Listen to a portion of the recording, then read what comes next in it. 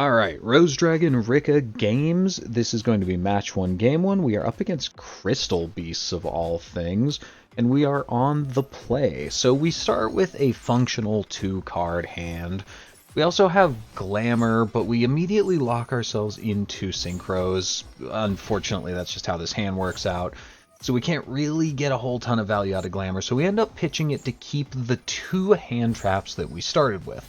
That allows us to make our most basic board, which is Chaos Angel, Mudan, Con, Rose Witch, and then a sheet set, along with having 2 hand traps in hand, which is pretty good, especially against something that is very rogue. We don't end up having to do a whole lot early on against them, so I kind of just let them go because we don't have that much disruption. I use the Ash Blossom at probably a bad time. They go to battle with the Crystal Wing Synchro Dragon thinking they can just walk over something, but they saw us set the sheet. I assume they didn't read sheet or they didn't read Con, so they didn't know that we could just tribute their Synchro Dragon to take their last material until end of turn, and that's just it for them game 1. Just a display of our basic combo and what we're trying to do. Game 2 is going to be a much better actual match. I should note that the opponent made us go first both of these games. I don't think Crystal Beast is that good of a going second deck, but I don't know.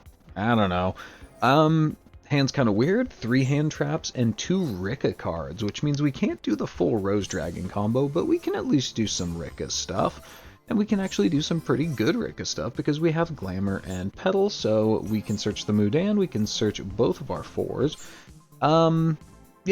Just kind of set up. We've got 3 hand traps in hand, not a big deal. And they T-set, so I assume that the game is pretty much over at this point, and oh how wrong I would be. Because we still, for the life of us, cannot draw a Rose Dragon card. We special summon out Vengeful Witch, we overlay for Estrena, detach to get back a card. But unfortunately, because we haven't gotten a Synchro on board, Vengeful Witch doesn't trigger. That was actually a mistake on my part. I forgot that that was part of the trigger condition and thought it was just going to go. They Ultimate Slayer our Strenna, so we don't get value out of that, but they still are kind of sputtering on a starter.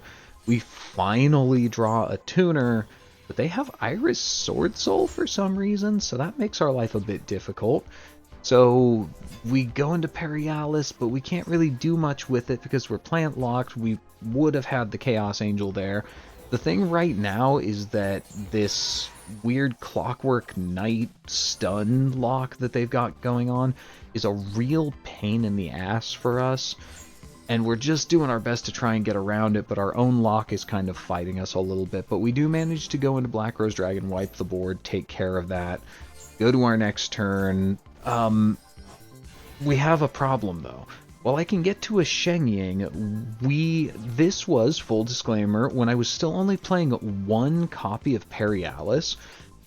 I immediately changed that after this deck, or after this game, because it really, really matters here, because a lot of the extra deck we still have, we have 12 pieces, but a lot of it's kind of hard to access with what we have had available to us.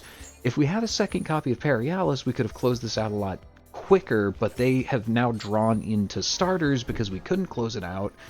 Shenying's a good boss, but he doesn't get there on his own because they can just put it in the back rooms, and we've got 2 hand traps that haven't done a whole lot. Thankfully, the Rikka Petal has kept our grind game going. So we've got Princess, we can summon it out, we can go into Bramble Rose using the Ash Blossom in our hand since we have 2 of them. Then we can use Bramble Rose to blow up the board, but unfortunately they have droplets, so they can swing over Black Rose. That gets us back Rocks Rose, which is an actual good starter. So finally, we have accomplished the Rose Dragon combo. This is where I really wish I had another Perialis, because we could have brought back Brambles and then had 2 boss monsters instead of the 1. We still just can't get there. The Rose Shoot brings things back in defense position, which means we don't have the 2 attackers necessary to get over the Diabell, but they do what they can. We're gonna end up having some board left this turn, whereas they effectively have nothing left, so they see the writing on the walls and they scoop it. That could have been much, much easier for us if we just had the second Perialis, which is why I immediately went and grabbed another copy. I forget what I took out for it. It was something that I wasn't... Oh, yeah, it was the Queen of Thorns. I mean, it's funny, but I never summoned this a single time. So we swapped to a second Perialis, which would have made this game a lot easier. But we'd take it either way. Cool, cool. Okay, match 2, game 1, we are up against Nekroz of all things, and it's actually going to be a doozy here. So we open a really good starting hand, and we can normal summon the Rox Rose to go get Vengeful Witch, because we already have Black Rose Garden to go get... I just get a red because we have the white already.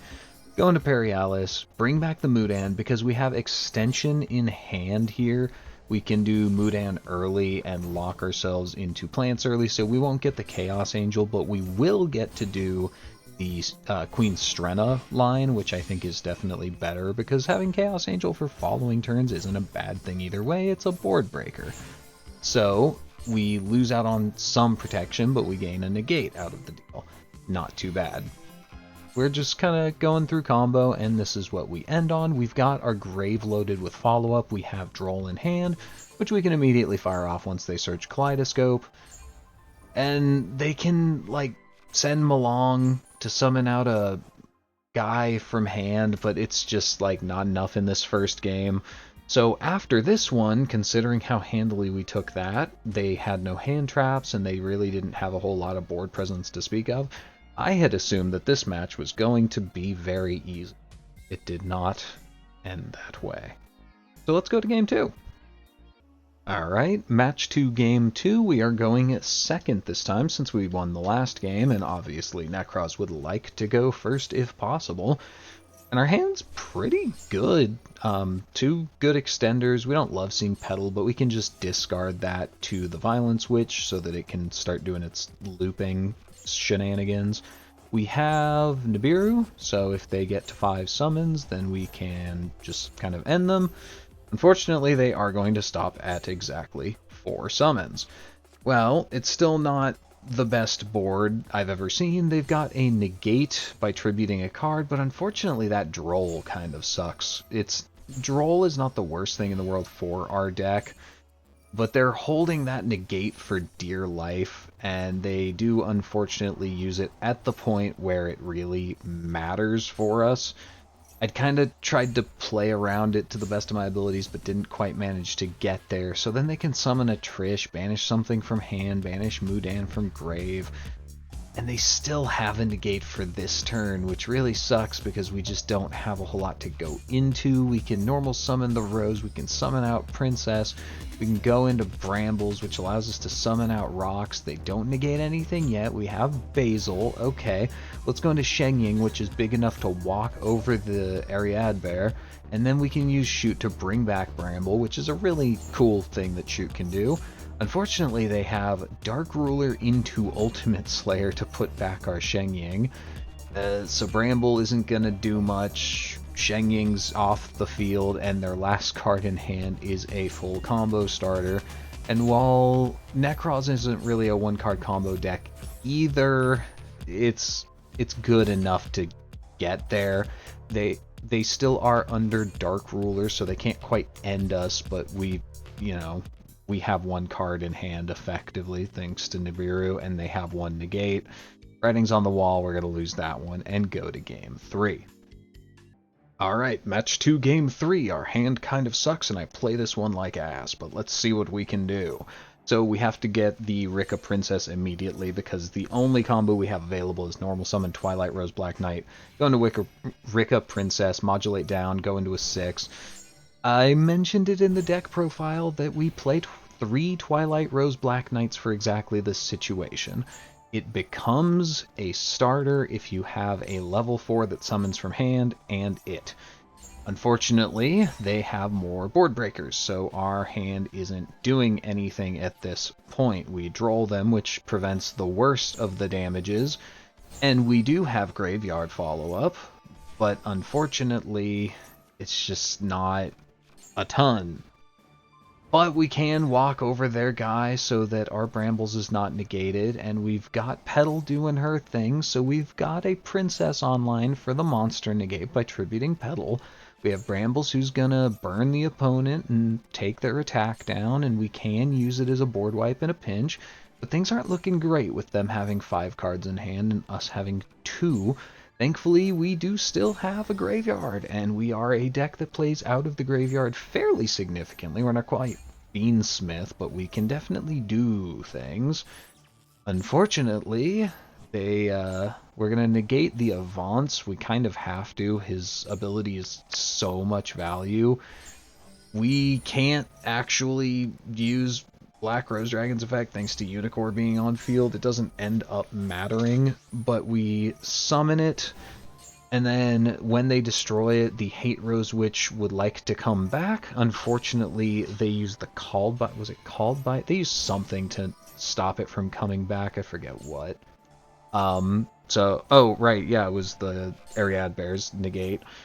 But thankfully they finally play into Nibiru. I think they actually had lethal there if they did not play into the Nibiru, but they did, which allows us a turn to come back by just removing their entire board. They've got nothing left, apparently. They just have a bunch of board breakers and not a whole lot of hand traps, which means that after Nibiru sticks, we can go use some graveyard value, get a board reestablished, and just go for the kill.